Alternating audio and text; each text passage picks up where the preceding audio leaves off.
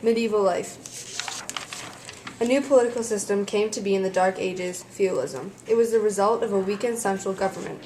Feudalism stressed alliances of mutual protection between monarchs in varying degrees of power. The land was given to nobles, vassals, knights, and serfs in exchange for loyalty and protection. Feudalism later spread to northern France in AD 900 and continued to spread to the rest of Western Europe in AD mid-1000s. Ties between military service and the ownerships of land destroyed feudalism. This began in the AD 700s, which Charles Martel fought the Muslims. Charles Martel fought the Muslims, people who have saddles and stirrups, allowed them to fight on horseback. Martel decided he wanted to fight on horseback like the Muslims and developed cavalry. He wanted warriors' fiefs to pay for the cavalries. Nobles, knights, and vassals pledged loyalty to the king to use the fiefs. Fiefs were estates with peasants. Over time, counts and nobles were given fiefs too. Later, nobles could pass their land to help in exchange for knights for the king. Feudalism is similar to a pyramid. A king has the most authority, then the lords, followed by vassals, knights, and serfs. Lords could also be vassals to the king, like vassals could be lords to the knights. Peasants were very poor and suffered many hardships. Few lived beyond 40. They were always threatened by disease and hunger. When there was war, many peasants were killed.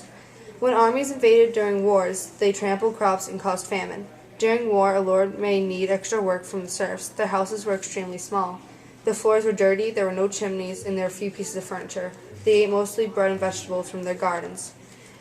Serfs relaxed on Sundays or holy days. There were religious plays, pageants, and shows. Every person was believed equal despite the difference in social status. A solemn ceremony known as homage was used to make a tie between a lord and a vassal official. The vassals pledged to perform certain duties. The most important duty was military service. Vassals would actually provide their lords with knights during a battle for 46 days each year. Vassals would serve in the lord's court to provide food and lodging when the lord came to visit. They would also contribute funds when the lord's son became a knight or when his oldest daughter marries. It was also one of the vassals' duties to pay ransom if the lord was captured in battle. This means that if the lord ever happened to get captured, the vassal would practically bail out the lord from his capturers.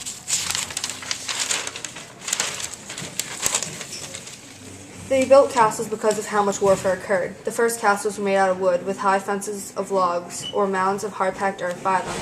In AD 1100, they were built of stone, with thick walls of sand, and small towers. Each of these castles was built on a hill or mounted surrounded by a deep moat. The keep was located in the strongest part of the castle. This contains many rooms, a hall, and a dungeon. Around the keep was a large open area called the bailey. Within the bailey were barracks, storerooms, workshops, and a chapel. The wealth of a feudal lord came from the labor of the peasants who lived on and worked the lord's land. Economic life across Europe centered around a system of agricultural production called manorialism.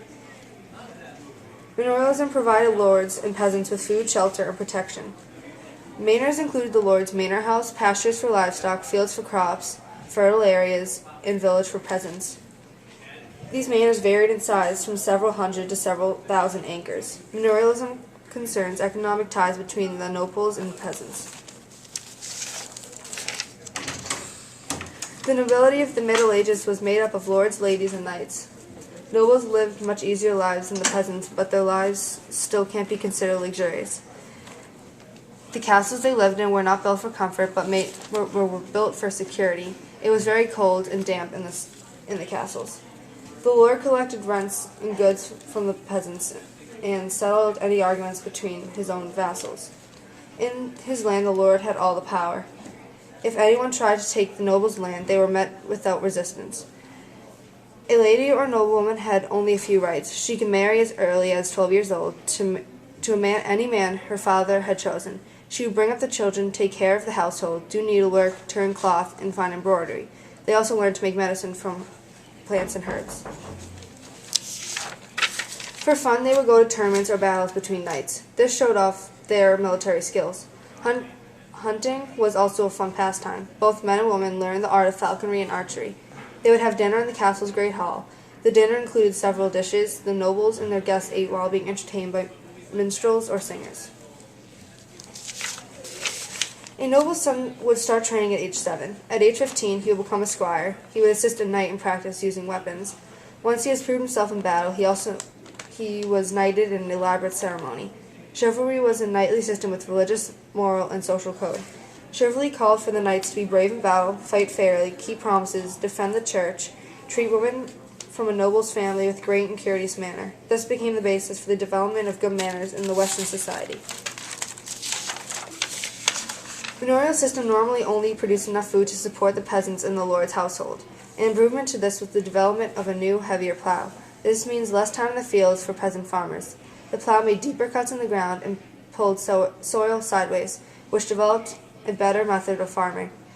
Another improvement was the three-field system. This helped provide more crops than the old system and helped preserve soil. In the three-field system, 3 different kinds of crops are planted in different fields. In the next season, each crop is moved to a different field, and so on. This helps keep the soil fertile and to provide more crops. The peasants owe the lord crops and service. They are self-efficient.